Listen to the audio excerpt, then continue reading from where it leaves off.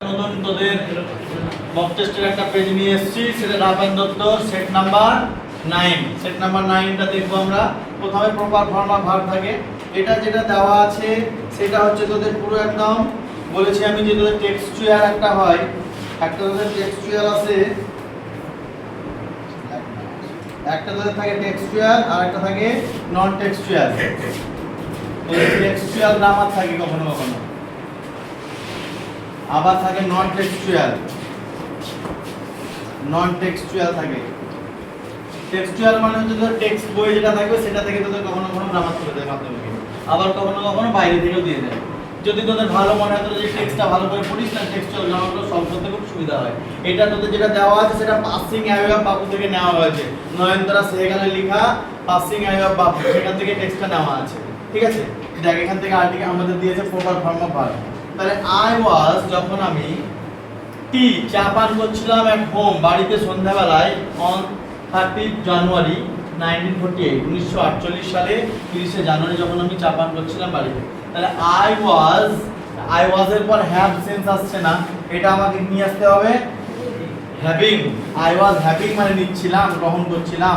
Having tea কোনো কিছু পান করা, গ্রহণ করা। ঠিক আছে, এটা হচ্ছে তোর পার্টিসিপল হিসাবে হয়ে যাচ্ছে। হ্যাভিং মানে হচ্ছে পারফেক্ট পার্টিসিপল হিসাবে। ঠিক আছে, আমরা বলছিলাম প্রেজেন্ট পার্টিসিপলে আসবে। প্রেজেন্ট পার্টিসিপলে ভার্বের সঙ্গে কি আছে? আইএনজি আছে, তাই তো কি না? প্রেজেন্ট পার্টিসিপলে আইএনজি আছে। আর তোর এটা হচ্ছে 1 নম্বর প্রেজেন্ট পার্টিসিপল। আর যদি পাস্ট পার্টিসিপল হয় তাহলে কি আসবে? ভার্বের সঙ্গে ইডি এন আসবে, তাই তো কি না?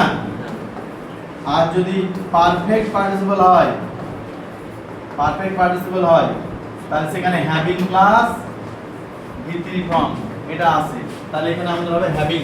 তাহলে এটা নিয়ে আসতে হবে হ্যাভিং মানে পান করা, গ্রহণ করা কোনো কিছু। I was having tea at home on the evening 30 January 1948। Next দেখে নেব। তারপর কি বলছে যে when I am called, এটা আমি আগে দেখলাম যে এটা হচ্ছে পুরনো ঘটনা। তাহলে এখানে আমাদের যখন মানে আগেকার ঘটনা বলছে, তাহলে প্রেজেন্টে আমটা বাদ চলে যাবে, am called হতে পারে না। তাহলে এখানে was called বা had been called, যে কোনো একটা। To build a house by an urgent telephone call, একটা urgent telephone call passive sense. তাহলে আমাকে আর্জেন্ট টেলিফোন কলে আমাকে ডাকা হয়েছিল কল করে, তাহলে কি হবে? was called when I was called to build a house by an urgent telephone. Next কি বলছে? নেক্সট বলছে Gandhiji was shoot, is shoot, আরটা আছে হ্যাড বিন শুট। তাহলে ইজ শুট তো হবেই না। On his way to a prayer meeting, prayer meeting এ ফিরে আসার সময় অনেক আগে তার ঘটনাটা ঘটেছে, কেন প্যাসিভ সেন্স হচ্ছে না। তাকে কি করা হয়েছিল? শুট করা হয়েছিল। তাহলে কোনটা হবে? আগে একটা পাস্ট হয়ে তাহলে পাস্ট পারফেক্টের মতো করতে হবে, তাহলে কোনটা হবে? Had been shot. Gandhiji had been shot on his way to prayer meeting. হ্যাঁ, নাত্রম করছে তারা হয়ে গেল। এরপরে আমাদের আছে article and preposition, 2 number part.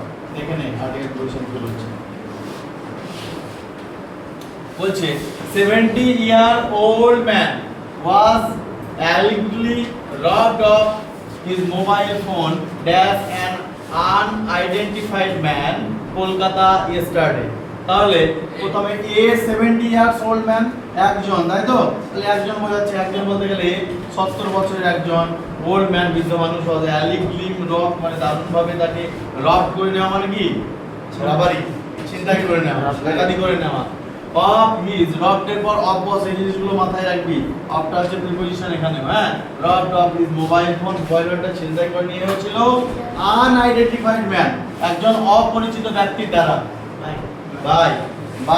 By মানে দ্বারা, কারো দ্বারা হচ্ছে, তাহলে একটা পার্সনের দ্বারা হচ্ছে, তাহলে কোন পার্সনের দ্বারা বোঝালে বাই বসে। তাহলে by an unidentified man Kolkata yesterday, কি হবে? ইন কলকাতা। কলকাতাটা কোন জায়গা? তাহলে ইন কলকাতা, কলকাতায় যে ঘটনাটা ঘটেছিল ইয়েস্টারডে মানে কত। ঠিক আছে, এটা বন্ধ।